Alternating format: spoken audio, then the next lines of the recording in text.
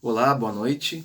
Eu estou fazendo esse vídeo aqui porque hoje e ontem eu li dois trechos de dois livros diferentes que aparentemente não tem muita relação alguma, na verdade, mas tem muito a ver os assuntos, né? E são coisas muito importantes, acho que é bom falar, né?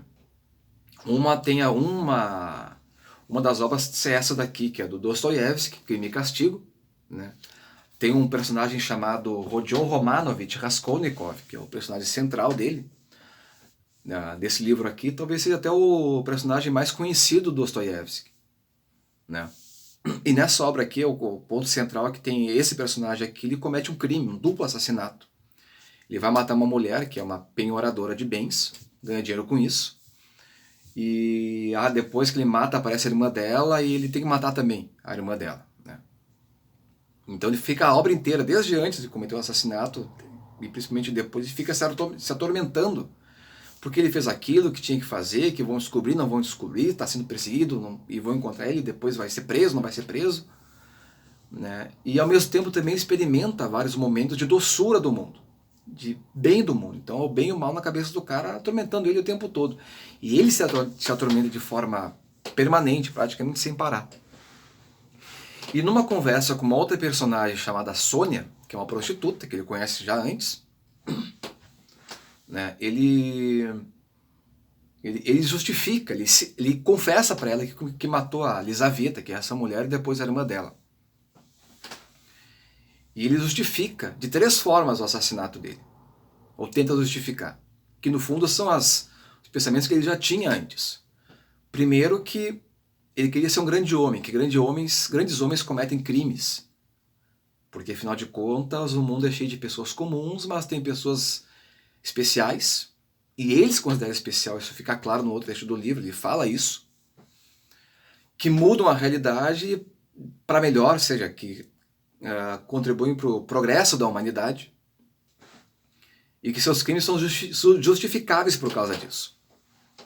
Né? Num outro momento ele fala, logo em seguida, que os crimes podem ser moralmente justificáveis. Né? Parênteses, parece uma coisa muito atual, né? A gente ouve muito falar isso, mas não vou entrar nesse ponto aí, não agora pelo menos. Né? E por fim, até, digamos, espetado por Sônia, que é prostituta, mas é uma pessoa que Raskolnikov vê que ela é boa, de coração, pura, não como ele. Ele se julga muito o tempo todo e vê ela como pessoa boa.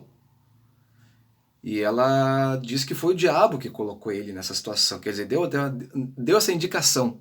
Né? Não disse que foi culpa do demônio, mas que o demônio estava lá e fez ele cometer o crime. E olha só o que ele responde aqui. Diz que o Raskolnikov não é um crente. Ele frequentemente está... frequentemente não, ele questiona a existência de Deus, fala que não é crente, mas ele tem uma certa oscilação. Ele diz o seguinte: naquela ocasião, no meio de uma frase, né? O diabo me arrastou, dizendo para Sônia. Mas já depois me explicou que eu não tinha o direito de ir lá, porque sou um piolho, que era como ele justificou um dos motivos pelo qual ele matou a mulher, disse que a mulher não prestava, não valia nada, era merda, era piolho. Exatamente como todos os outros. Quer dizer, ele viu que ele era tão piolho quanto os outros. Né? Ele, o diabo, zombou de mim. E aí eu vim para o teu lado agora, o lado de Sônia, para confessar o crime que ele cometeu. E depois, ele diz o seguinte: por acaso eu matei a velhota? Foi a mim que matei, não a velhota. No fim das contas, matei simultaneamente a mim mesmo para sempre. Quer dizer, ele arruinou a vida dele 100%, que já estava uma droga antes. Né? Já a velhota foi o diabo quem matou, e não eu. Olha só. O que isso quer dizer? Não quer dizer que há verdade e inverdade aqui. Porque se o demônio age, é porque a gente deixa ele agir. O demônio não faz as coisas por si mesmo, ele não tem poder pleno sobre nós, porque ele não conhece o nosso coração, mas sabe nossos pensamentos. E é aqui que ele entra, certo?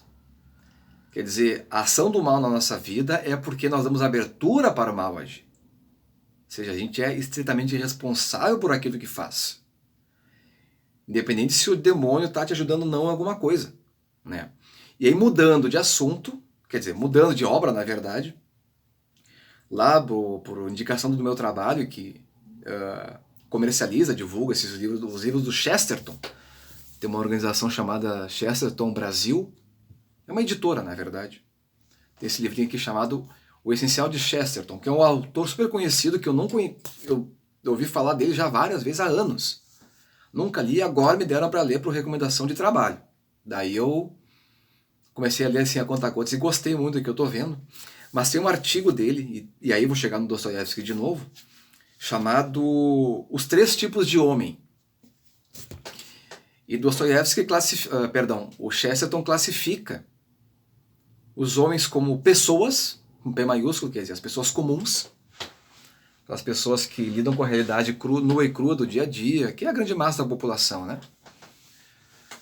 Os chamados poetas, que são aqueles capazes de colocar em palavras claras, objetivas, de forma, digamos assim, culturalmente elevada e direta, verdadeira, aquilo que as pessoas comuns, as pessoas em geral, não conseguem falar, expressar.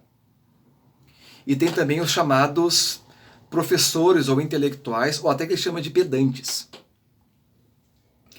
que diz o seguinte: não, as pessoas em geral estão erradas. Nós sabemos o que é bom para a humanidade e o mundo deve se enquadrar isso. Grosso modo é isto. Ou seja, a classe intelectual, a alta cultura, no sentido de guiar a mentalidade das pessoas, ela tende... Alta cultura não, acho que o termo está errado aqui. Mas essa classe intelectual, ela busca sempre encaixar o mundo em esquemas, em teorias, ideias que não são da vida das pessoas. E voltando ao Dostoiévski, esse Raskolnikov é um deles. Ele é um ex-estudante universitário de São Petersburgo. Ele saiu da universidade sem a mãe dele saber, que a mãe e a irmã moram numa província do interior, que ele nem cita o nome. E ele sempre foi um cara genial, muito inteligente. O livro comenta isso em alguns trechos, cita assim um pouco da história dele. Isso mostra que, mesmo com a genialidade dele, com a inteligência que ele tinha, ele era conhecido por ser um cara que estudava muito, muito, muito, de forma muito séria e profunda. Era conhecido entre os colegas dele, mas era uma pessoa também mal vista, porque ele não estava com ninguém. Ele vai lá e mata uma mulher por um motivo torpe, dizendo que com a riqueza dela se poderia pegar esse dinheiro e jogar para fazer grandes projetos, ser um grande Napoleão. Porque afinal de contas ele era o Napoleão, como Napoleão eu gostaria de ser, e a mulher não valia nada, era um piolho. E no fim das contas, eu parei no livro exatamente nessa parte da conversa dele com a Sônia. No fim das contas, bom, não dá para concluir ainda, não cheguei lá, mas parece que ele ouve a voz do mal, no sentido espiritual da coisa, e vai lá e comete o crime. Ou seja, como eu falei, o demônio nos conhece pelo pensamento, conhece a nossa vida e entra pelo pensamento, não na alma. Então não adianta conhecimento, estudo, ser uma grande pessoa no sentido acadêmico, enfim, do mundo, se o espírito está podre. E o tempo todo, a maior prova de que o Raskolnikov é uma pessoa que não presta, eu digo, uma pessoa que é ruim, é ambivalente na verdade, mas que adotou esse lado mal, é que ele se martiriza, ele se julga, ele não se perdoa, nunca, até o momento. Né? Ou seja, ele é o típico homem dos intelectuais, dos pedantes que fala o Chesterton. Entende?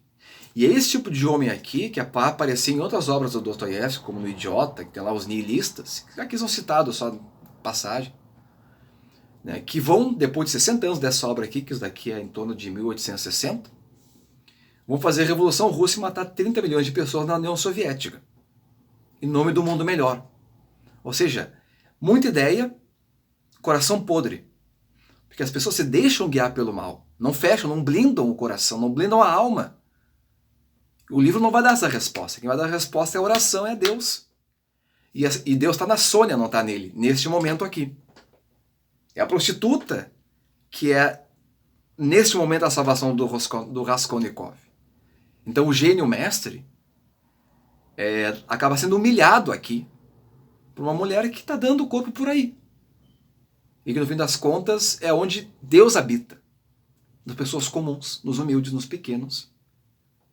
E que de livros o mundo está cheio, ideias também. Nossa Senhora La Salette falou que o homem publicaria livros maus. Dizem que a Revolução Russa foi a revolução dos intelectuais, né? São autores que falam isso. Quer dizer, por ideias transformaram o mundo e transformaram ele num inferno. Então a oração aliada ao conhecimento sadio, quem sabe faz uma coisa, pode ajudar a fazer as coisas um pouco melhores, a começar por nós mesmos. É por aí. Um abraço e boa noite a todos.